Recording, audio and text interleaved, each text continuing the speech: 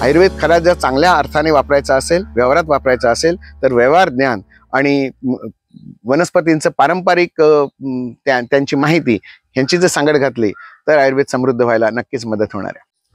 नमस्कार, वैद्य सुविनय दामले. जुनी लाकडं जी तोडलेली असतात, आता मी एका काजूच्या झाडाखाली उभा आहे. ही मागे जी दिसत आहेत ही सगळी लाकडं काजूची लाकडं आहेत. काजूचं झाड तोडलं की त्याच्यातनं असा निर्यास बाहेर येतो, डिंक बाहेर येतो. या डिंकाचे सुद्धा वेगवेगळे औषधी उपयोग आहेत. प्रत्येक झाडाचा डिंक हा वेगळ्या प्रमाणे काम करतो. जसा बाभूळ नावाची जी वनस्पती आहे, ह्या बाभळीचा जो डिंक येतो त्या डिंकापासून लाडू तयार करतात. डिंकाचा खाऊ नावाचा आपला व्हिडिओ जो आहे, जो खूप प्रमाणात व्हायरल झाला आणि त्याचा खूप जणांना फायदा पण झाला. हा जो डिंक आहे हा डिंक औषधी आहे. तसाच शेवगा नावाचं आमच्याकडे एक झाड आहे, त्या झाडाचा डिंक देखील औषधी आहे. परंतु तो तळून वापरावा लागतो, तेलात तळून वापरायचा. नुसताच जर तो उगाळून वापरला किंवा तसाच्या तसा जर घेतला तर तो प्रचंड उष्ण होतो, शरीराला गरमी तयार होते. तसं आणखीन एक झाड आपल्याला माहिती असेल ते म्हणजे रबराचं झाड.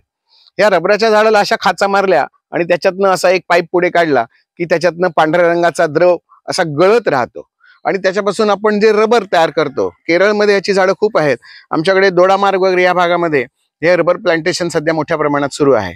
तर त्याच्यातनं बाहेर पडणारा निर्यास जो आहे हा पण खूप चांगलं औषध म्हणून काम करू शकतो. दुग्धिका नावाची एक आमच्याकडे वनस्पती आहे.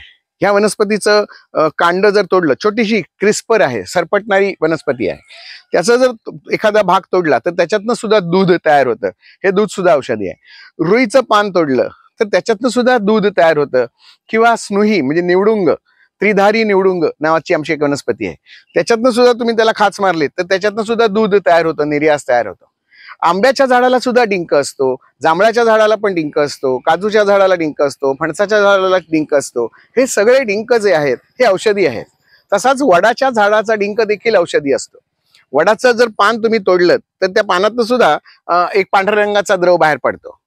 ज्या स्त्रियांना संतती होत नाहीये किंवा ज्यांची मासिक पाळी नीट नाहीये त्यांनी ह्या वडाच्या पानाचा जो रस नाही म्हणता येणार, त्याला निर्यास, दूध जे तयार होतं, हे चमचाभर साखरेमध्ये घ्यायचं, 7-8 थेंब जर घेतले आणि ती साखर जर खाल्ली तर गर्भाशय शुद्धी व्हायला मदत होत असते. मग ही निर्यास जी आहेत शरीरात, या झाडाच्या शरीरातून बाहेर पडणारे निर्यास, म्हणजे त्यांना ते नको असतं म्हणून त्याने ते टाकलेलं असतं. निर्यास म्हणजे जसं काही आपल्या शरीरात रसरक्त असतं तसंच त्या शरीरामध्ये देखील, या वनस्पतीच्या शरीरामध्ये देखील हे त्यांचं रसरक्त आहे. आपल्या शरीरातलं रक्त लाल आहे, त्यांच्या शरीरातलं रक्त हे पांढऱ्या रंगाचं आहे. ते पांढऱ्या रंगाचं दिसलं तरी सुद्धा ते रक्तवाढीसाठी अत्यंत चांगलं उपयुक्त होऊ शकतं. शरीरातला रसधातू जर आपल्याला चांगल्या रीतीने तयार करायचा असेल तर या वनस्पतीचा रसधातू जर आम्ही वापरला तर ते चांगलं औषध होऊ शकतं. डिंक म्हणजे निर्यास हा सुकवल्यानंतर वापरायचा. अनेक वनस्पती ज्या आहेत, ह्या अनेक वनस्पतींचा रस जो आहे हा जर रस सुकवला गेला तर त्या रसांचा वापर भावना देण्यासाठी सुद्धा केला जातो. जशी आयुर्वेदात काही रसौषधी आहेत, ह्या सगळ्या रसौषधींना ह्या दुधाच्या भावना, वनस्पतीच्या रसाला दूध म्हटलेलं आहे. तसंच आपण नारळाचं दूध पण काढतो.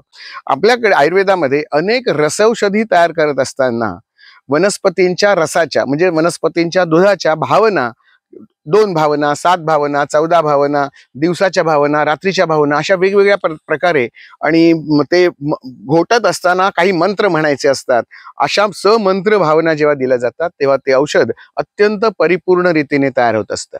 कंपन्या जी औषध तयार करतात आणि वैद्य स्वतः जे औषध तयार करतात याच्यात फरक हाच पडतो की एखादा वनस्पती जेव्हा वापरायची असते तेव्हा तिचं ओरिजिनल रूप वैद्य वापरत असतात आणि कंपन्यांमधनं तयार केलेलं मग ते आता काय कांड्याच काढतात आणि मग त्याचा रस काढतात पाणी घालून आणि मग ते दूध म्हणून विकलं जातं.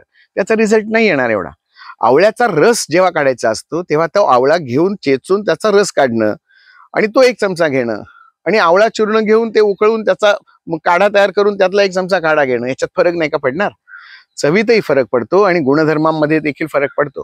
त्यामुळे प्रत्येक वनस्पतीच्या खोडामध्ये, सालीमध्ये जे रस असतात, जसं आता काजू आहे, ह्या काजूच्या बोंडू नावाचा जो प्रकार असतो, फळ जे असतं, या फळातनं सुद्धा एक रस निघाला जातो आणि हा रस ज्याच्यापासून पुढे फर्मेंट करून काजूची फेणी तयार केली जाते, ही सुद्धा औषधीच आहे. फेणी म्हणजे वाईन टाईप एक औषध तयार होतं. आयुर्वेदामध्ये आसवरिष्ठ जी सांगितलेली ती याच पद्धतीमध्ये संधान प्रक्रिया करून सांगितलेली आहे. एखादा रस जर टिकवायचा असेल तर त्याच्यावर संधान प्रक्रिया केली तर तो रस अधिक वर्ष टिकतो आणि त्याचे औषधी गुणधर्म आणखीन ऍक्टिव्हेट होत असतात. त्यामुळे ही पद्धत संधान निर्मितीची प्रक्रिया जी आहे ही देखील आयुर्वेदात सांगितलेली आहे. त्यामुळे ह्या सगळ्या वनस्पतींचे रस, त्याच्यातनं निर्माण होणारा चीक किंवा डिंक हे सुद्धा आपल्याला औषधी म्हणून वापरता येतात. या वनस्पतींची जेवढी माहिती आपण घेत जाऊ तेवढा आयुर्वेद समर्थ होणार आहे. पुढच्या पिढीमध्ये हे सगळे अभ्यासाचे घटक येणं अपेक्षित आहे, त्यांना समजणं अपेक्षित आहे. नाहीतर नुसतं पुस्तकी ज्ञान वापरून, नुसते प्रोटोकॉल तयार करून जे ज्ञान मिळतं त्याला काही अभ्यास म्हणत नाहीत. तो फक्त एक काय पुस्तकातला किडा तयार होऊ शकतो. आपल्याला असं अपेक्षित नाहीये. आयुर्वेद खरा जर चांगल्या अर्थाने वापरायचा असेल, व्यवहारात वापरायचा असेल तर व्यवहार ज्ञान आणि वनस्पतींचं पारंपरिक त्यांची माहिती ह्यांची जर सांगड घातली तर आयुर्वेद समृद्ध व्हायला नक्कीच मदत होणार आहे. धन्यवाद.